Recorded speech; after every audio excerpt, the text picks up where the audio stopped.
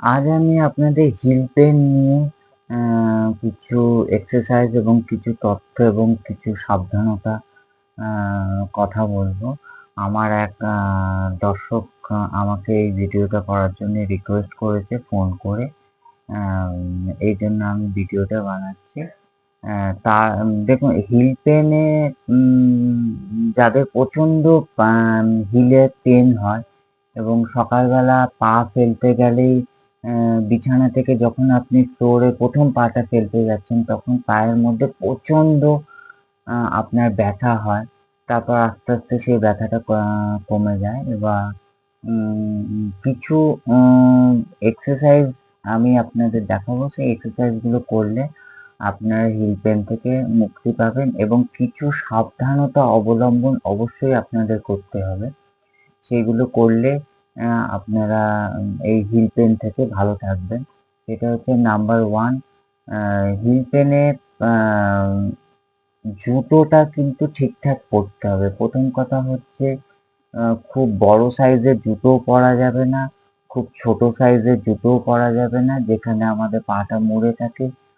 পায়ের সাইজ অনুযায়ী জুতোটা পরতে হবে এবং জুতোটা খুব ব্র্যান্ডেড কোম্পানি আমাদের পরা উচিত যাতে জুতোটা খুব নরম থাকে।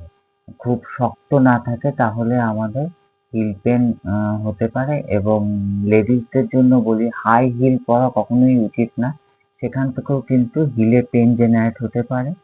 আর আপনাদের হার্ট সার্কাসে যারা নাচ করেন বা খেলাধুলা করেন তাদেরও হিল পেন হতে পারে। তাহলে এই ব্যাপারগুলো যদি একটু মেইনটেইন করে চলা যায় তাহলে হিল পেন থেকে আপনারা অবশ্যই উপকার পাবেন। এই ভিডিওটি যারা দেখছেন তারা একটা লাইক, শেয়ার এবং সাবস্ক্রাইব করে দেবেন এবং আপনাদের পরিচিত বন্ধু-বান্ধব আত্মীয়-স্বজনের মধ্যে ভিডিওটা যতটা পারবেন শেয়ার করে দেবেন। তাহলে কি হবে? তারা যদি এরকম প্রবলেমে ফেস করে থাকে তাহলে তারা এই প্রবলেম থেকে উপকার পাবে। আর এই যদি আপনারা ফেসবুক থেকে এই ভিডিওটি দেখে থাকেন তাহলে ফেসবুকে আমাদের পেজটাকে ফলো করে দেবেন। আপনারা আমি আপনাদের সাথে সবসময় আছি। কোনো রকম সমস্যা হলে আপনারা আমাকে কমেন্টস করবেন। আমি আপনাদের পাশে সবসময় আছি এবং আমি চাইবো আপনারাও একটা শেয়ার এবং সাবস্ক্রাইব করে আমার পাশে সবসময় থাকুন। আমি আপনাদের ৩ টে এক্সারসাইজ দেখাবো। ৩ থেকে ৪ টে এক্সারসাইজ দেখাবো। চলুন এক্সারসাইজগুলো তাহলে আমরা দেখে নিই। ১ম এক্সারসাইজ হলো সেটা আমরা সিটিং পজিশনে বসে করব। আমরা এইভাবে বসে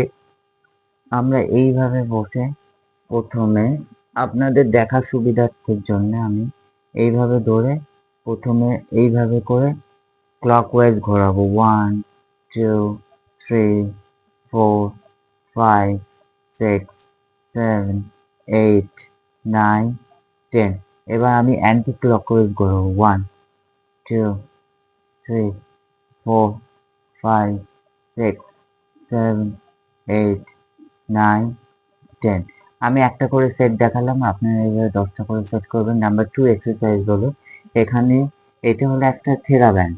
ঠিক আছে? Resistance band. আপনারা এরকম একটা ব্যান্ড পারচেজ করে নেবেন কিংবা বাড়িতে যদি বাথ টাওয়াল থাকে আপনারা বাথ টাওয়াল দিয়েও সেটা করতে পারেন। কিন্তু থেরাব্যান্ড দিয়ে করলে জিনিসটা খুব ভালো হয়। সেটা হচ্ছে আমি কি করব এই থেরাব্যান্ডটা দিয়ে এই পায়ের ঠিক টোটার এখানটা আমি রেখে দেবো। নিয়ে পাটাকে আমি আমার চেস্টের দিকে স্ট্রেচ করব। এই দেখুন করে ১০ সেকেন্ড ধরে রাখবো।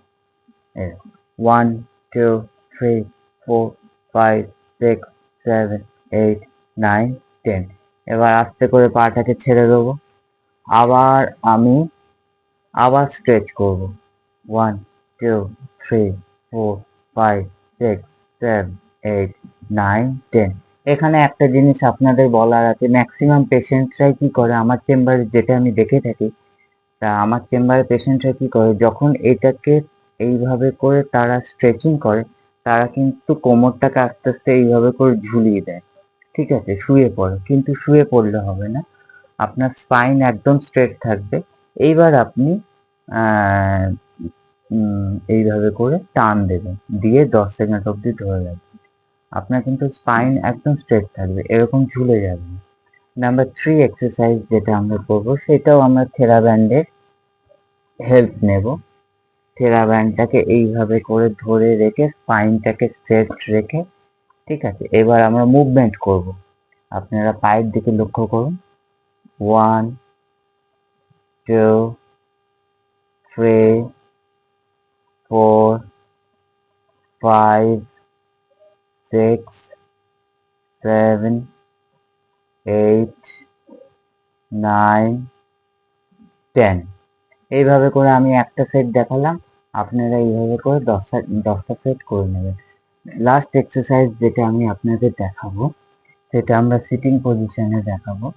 এখানে আমি একটা আইসের বোতল ইউজ করেছি, ঠিক আছে, একটা জলের বোতল আপনারা জল ভর্তি করে ফ্রিজে রেখে দেবেন, ঠিক আছে। সেটা যখন আইস হয়ে যাবে তখন বোতলটাকে নিয়ে এইভাবে করে ফ্লোরে রেখে, আপনারা সাপোজ ধরুন আমার ডান পায়ের হিলে প্রচন্ড পেন আছে, ঠিক আছে, এইভাবে আমি রোটেশন করব। এইভাবে করে পুরো হিল অবধি নিয়ে যাব বোতলটাকে, ঠিক আছে, আবার আস্তে আস্তে টো অবধি নিয়ে আসবো। এইভাবে করে আমি 10 বার 20 বার, আপনারা মোটামুটি 20 বার অবধি করবেন। এরকম ভাবে একবার সামনে নিয়ে যাবেন, আবার পেছন দিকে নিয়ে আসবেন, আবার সামনে নিয়ে যাবেন, আবার পেছন দিকে নিয়ে আসবেন।